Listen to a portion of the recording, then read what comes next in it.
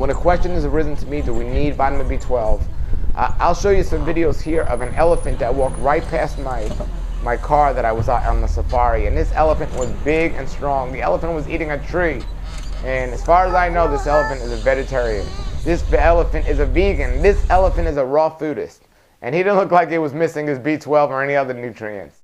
This is the Raw Life Health Show. Raw Life. Hello everybody, it's Paul Neese with the Raw Life Health Show, and I just wanted to talk today about a very important topic, vitamin B12.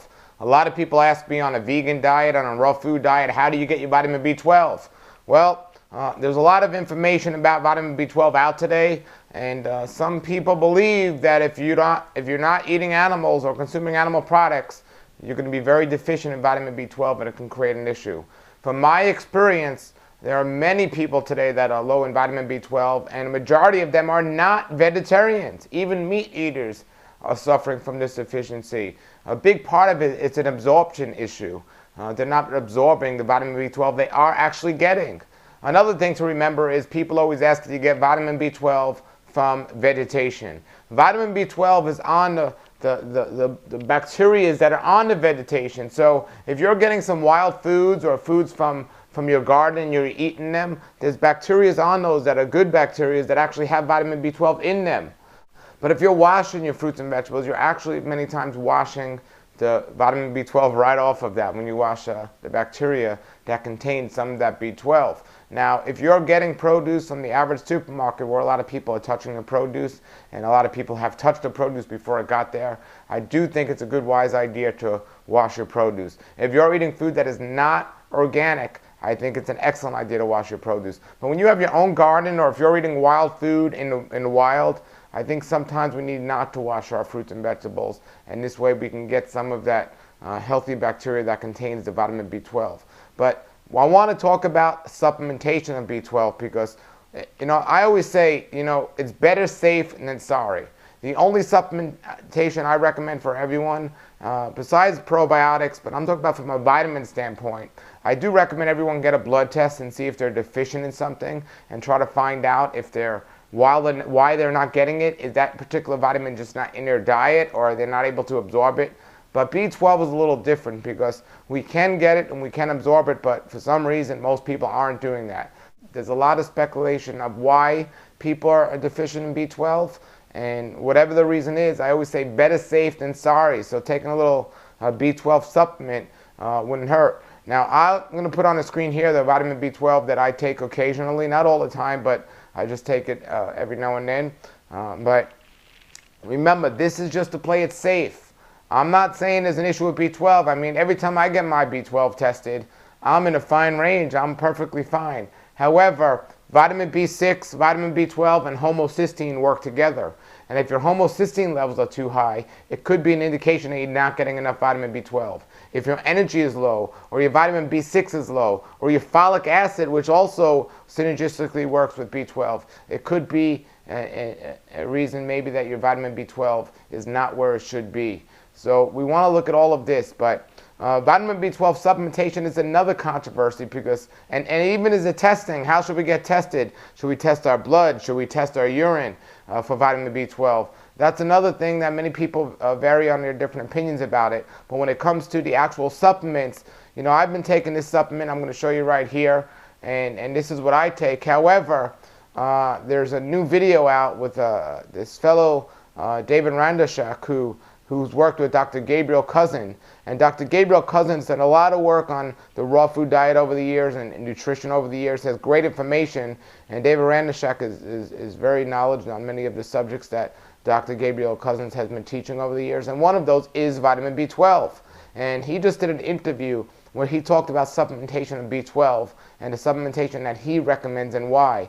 So I'm going to put this link below the video here, or look below the video in the description and just click on that link to sign up and see the video by David Randashak where he talked all about vitamin B12 and the importance of it. It'll be very helpful to do so. Now, I just got back from South Africa, and I was on a safari in South Africa. And when a question has arisen to me, do we need vitamin B12? I'll show you some videos here of an elephant that walked right past my car that I was out on the safari, and this elephant was big and strong. The elephant was eating a tree, And as far as I know, this elephant is a vegetarian. This elephant is a vegan. This elephant is a raw foodist. And he didn't look like he was missing his B12 or any other nutrients. And then I was on some farm and there were some big, beautiful horses. And these horses didn't look like they were missing any nutrients, and they were vegetarians. Yes, I know animals have different digestive system than humans, but I also know humans are created and designed to eat fruits and vegetables and not rip open an animal and eat the animal. But with technology, we can eat animals, and if that's what people choose to do so, I recommend there's no place other than you do it than on Beyond Organic, and I'll put the Beyond Organic link below this video because it's the only way to get healthy animal products today. However, for us vegans out there, I definitely want you to check out David Ranishek's video, which again I'm going to post below the video here, and I also want you to check out this supplementation here, that one of the ones I recommend you take as well. So get one of these supplementations, listen to today's video, and if you have any comments or questions, post them below the video. But I've been doing this for many, like, I don't know, 15, 17 years now, being on a vegan diet. I did go off of it a couple of years ago to just experiment, but I'm back on a raw vegan diet. And one thing I haven't had an issue with was B12. I did have an issue with my homocysteine levels, and when I started taking B12 supplementation, the homocysteine levels came down. A lot of people, when I take a blood test, B12 or homocysteine is not even on the test. So if you are taking a blood test, you might want to have that added. So you tell the doctor or whoever's taking a blood test, I'd like to check my homocysteine levels, my folic acid levels, my B6 levels, and my B12 levels, just to make sure that they're not extremely low. And again, the different tests vary, but if you tell them, they can give you some different testing to kind of measure where you're at. Some people ask me about a B12 shot. And the only time I would ever recommend that is if somebody's extremely, extremely low and they need to get something real quick. But in the most part, you shouldn't need a B12 shot. Definitely not on a regular basis. The supplementation that David talks about in his video that you can click on below this video, or even this little supplementation that I recommend here, will do the trick, or should do the trick. But we don't want to neglect this. Some people say we never need to take nutrients, or we never need to take supplements because in nature we get everything we need.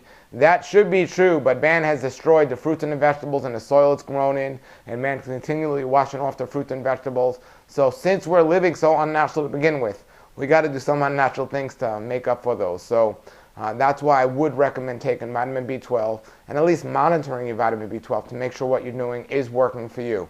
So everybody, check out the video below this link, click on it, and also start taking some supplementation and see how you feel, see if it's working for you, and let me know. We can do a follow-up video. Until then, everybody, have a great day and a great raw life. This is the Raw Life Health Show. Raw Life, brighten up your life.